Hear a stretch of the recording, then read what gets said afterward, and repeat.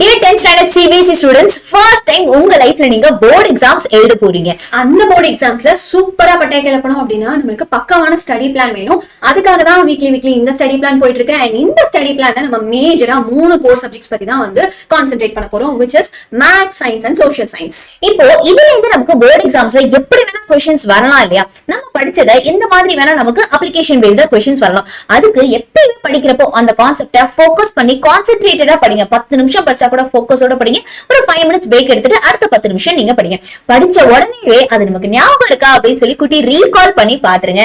அதுக்கப்புறம் அந்த கான்செப்ட்ல இருந்து கேஸ் பேஸ்ட் ஸ்டடி क्वेश्चंस எப்படி கேட்டிருக்காங்க, ப்ரீவியஸ் இயர்ல எப்படி क्वेश्चंस கேட்டிருக்காங்க, அசர்ஷன் அண்ட் ரீசன் எப்படி क्वेश्चन கேட்டிருக்காங்க அப்படிங்கறதெல்லாம் பிராக்டிஸ் பண்ணி பாத்துட்டீங்க அப்படின்னா போர்டு எக்ஸாம்ஸ் அப்போ நமக்கு கொஞ்சம் பயமா இருக்காது. ஸ்கூல்ல எல்லாம் டெஸ்ட் வைக்கிறதுக்கு முன்னாடி நம்ம ஒரு ஃபர்ஸ்ட் டெஸ்ட் வந்து ஒரு குட்டி டெஸ்ட் வச்சு பாத்தலாம். சோ இது எங்கெல்லாம் தப்பு பண்றோம் அப்படின்னு பார்த்து நம்ம கொஞ்சம் இம்ப்ரூவ் பண்ணிடலாம். எஸ், இதை அப்படியே ஃபாலோ பண்ணிட்டு இப்ப சொல்ற போர்ஷன்ஸ் எல்லாமே படிச்சு முடிச்சிருங்க. மண்டே மேத்ஸ் தான் படிக்க போறீங்க. சாப்டர் 3ல types of solution for pair of linear ஈக்குவேஷனை முடிச்சிட்டு இது 1 ஹவர்ல முடிச்சிருங்க. அண்ட் தென் நெக்ஸ்ட் ஒரு 1 ஹவர் எப்பவும் போல நம்மளோட ஸ்கூல்ல என்ன எடுத்தாங்களோ அதை வந்து ரீகால் பண்ணி அன்னைக்கே முடிச்சிருங்க. இதுதான் நம்மளோட ஸ்டெப் 2 மேம் சொன்னாங்க இல்லையா?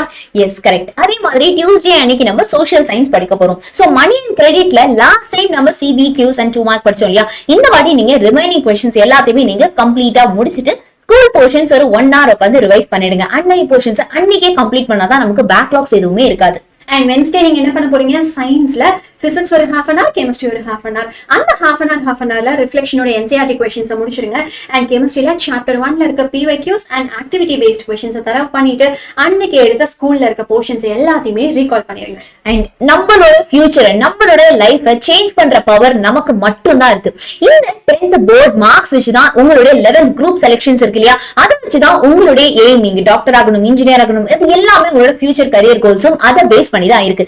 இதுல நீங்க வின் பண்ணி காட்டினா மட்டும்தான் இந்த வேர்ல்ட் வந்து நம்மள அக்செப்ட் பண்ணிக்கும். இந்த வேர்ல்டுக்கு நம்மளை பத்தியும் வந்து தெரியும். எஸ், எப்பெல்லாம் நீங்க வந்து டிமோட்டிவேட்டடா ஃபீல் ஆகுறீங்களோ அப்போ இந்த ஒரு விஷயத்த உங்களுக்குள்ளேயே சொல்லிக்கிட்டே இருங்க. அண்ட் அந்த பாசிட்டிவ் அஃபர்மேஷனை நீங்க இங்க கமெண்ட்லயும் சொல்லுங்க. சோ பாசிட்டிவ் அஃபர்மேஷன்ஸ் நம்ம திருப்பி பாசிட்டிவ் ஒரே விஷயத்த சொல்ல அது உண்மையாவே வந்து நடக்க ஆரம்பிக்கும். So only I can change my life and I will change my life அப்படின்னு சொல்லிட்டு கமெண்ட் பண்ணி இந்த ஸ்டடி பிளான் பேஸ் பண்ணி இப்பவே ஹார்ட் ஒர்க் பண்ண ஸ்டார்ட் பண்ணிடுங்க. முன்னாடி இருக்கிற ஸ்டடி பிளான் எல்லாம் மிஸ் பண்ணிட்டீங்க அப்படின்னா அந்த வீடியோ எல்லாமே கீழே கமெண்ட்ஸ்ல கொடுத்துருக்கோம், மறக்காம கிளிக் பண்ணி பாத்துருங்க.